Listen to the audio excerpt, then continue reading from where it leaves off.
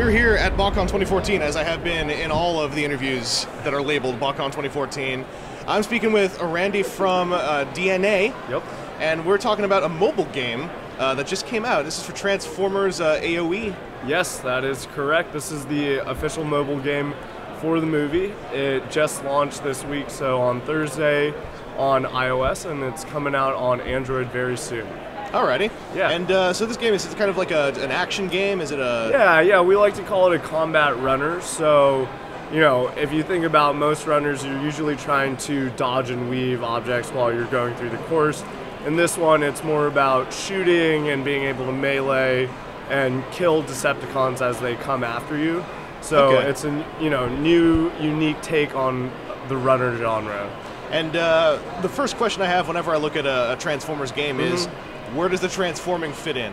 So in this game, you can change into alt mode and drive as the vehicle. And a special bonus for that is when you come out of alt mode, you automatically do a melee attack. Okay. And if you land that melee attack, it deals more damage. So it's kind of like you're taking the transformation, working it into the combat in a way. Exactly. Alrighty. And as far as like length and roster, is this made to be kind of a pick up and play, you're on the bus kind of thing, or is it really a sit down and... I would say to each their own. You could definitely sit down and play it for a while. It's pretty addicting.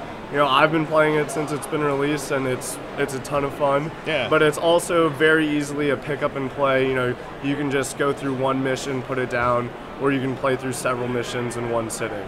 Okay. Yeah. And as for like gameplay variety, like it's a runner, so we've got kind of a set path you're going to be going through in here, right? For character choice, like is there just a set character, say, for each given map, or are we kind of like picking one to start? You start out as Bumblebee, and you can unlock characters throughout the game as you progress. So for each mission you complete, you earn stars, and you can use those stars to eventually unlock more characters. And the characters are all based on AoE, so there's Optimus. You can eventually unlock Grimlock, which is pretty cool. So he's the Dinobot that you can unlock right now. There are other Transformers like Hound and Drift that are also unlockable in there. So, really tied closely to the movie storyline and all the Transformers that are in there. Okay. And in the mobile space, like, it's been around for a while. Like you said, you're going iOS, hoping to go Android in the future, right? Like, yes. Basically aiming for that. Yep. When you're developing for mobile, especially like with a property like Transformers, there's going to be constraints, right? Like it's usually smaller devices. Yes. And so like with the game being a runner, I guess like that's part of how you're fitting yourself into that space. Like by erasing the need to have like an open map. Right, and keep it within the constraints of the device. Right, definitely. And that allows for the actual size of the game to not be so large, right? So it's easier for people to download. Yeah. And like you're saying, on a mobile device, you have to, you are working within some constraints there. Yeah. And were you guys able to get access to any movie CG assets to help you build your models, or was it kind of by sight? We worked with Hasbro, who's the licensor on this, so we did, get some assets from them to make sure that we were staying on brand with the characters that we were creating. Yeah. Everything was created from the ground up at DNA. We built the wireframe for the game and everything, so there was a huge, production push for this game on our side. But in partnering with Hasbro, which has been awesome, as it has been for Transformers Legends with us, they have provided us with assets that have helped us, make it a little bit easier as we've developed the game. So I recall, like when movie games started, that was one of the bonuses of their development is there was this wealth of computer data, digital art to pull from. Yeah, so we definitely had access to some of that, which was extremely helpful for us. Yeah. Well, just looking at mobile gaming, like from the perspective of someone who's part of the development of a game in that space, when you look at developing something, we've got lots of different sizes of devices running those OSs now. Because you got phones, you've got your tablets, you've got your in-betweens. Do you find it? Do you find you just tend to focus on one over the others and try to fit it to the other sizes, or? I can't speak to that too well because I'm not actually on the development team. I work, I market the game, so I wasn't really hands-on in developing that, so I can't go into great detail as to the process for, you know, fitting it to the different sizes there. But, you know, obviously they have to be able to fit it to all those sizes, so they, you know, are working on that throughout the whole process, making sure that it's going to work on all screen sizes, all different devices and such. Yeah. Well, just from the marketing end, one of my last questions would probably be, between you know, your Apple Store, your iTunes App Store, yes, and then your, you know, the various means by which an Android device can pull in its apps. The marketing end, is there much of a? Because I don't know mobile games too well outside of, you know, brands that I'm following.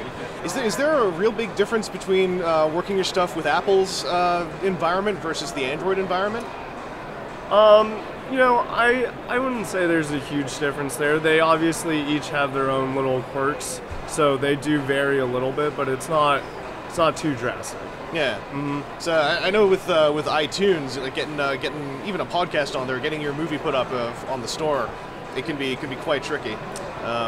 So yeah, you know, I wouldn't say it's tricky. It might be a little bit of a longer process with Apple versus with Google, but definitely they're pretty equal, you know, in terms of getting the submission through and having that work out. And do you have any ETA on when you might be able to get it onto Android? So I can't tell you when it's going to be released, but you know, it is for the movie, which is coming out this next weekend. So probably like close to that time frame. I would keep your ear to the ground. It's coming pretty soon. But we're available now on iOS. Correct. And just hit up the iTunes store. I keep calling it the iTunes store, the App Store. The App Store, yeah. And just take a look for Age of Extinction. Right. The name is Transformers Age of Extinction, the official game. And, you know, for those users on Android, you can visit our site, which is transformers-mobile.com, and you can pre-register there, where you'll be able to receive an email right when it's launched on the Google Play Store. All right, and your guys' partnership with Hasbro, is this just for the one game, or are we going to be looking forward to any other Transformers stuff from you know, I can't tell you any more on that, but we did put out Transformers Legends with Hasbro, which is, you know, still live on Android and iOS, and you know, now we have this game coming out with them, but can't speak to future games right now. Yeah, no worries, no worries. Well, thanks for your time. Yeah, thanks, Chris. I'm stuffing as many interviews into the twilight hour of Botcon as I can. Right. Thanks for your time, and I hope you have a good rest of the show, which is approximately 12 minutes. Yeah. I don't know, something game breaking might happen in the next 12 minutes. Yeah. We'll be here to cover it. Thanks for watching, and thanks for your time. Yep.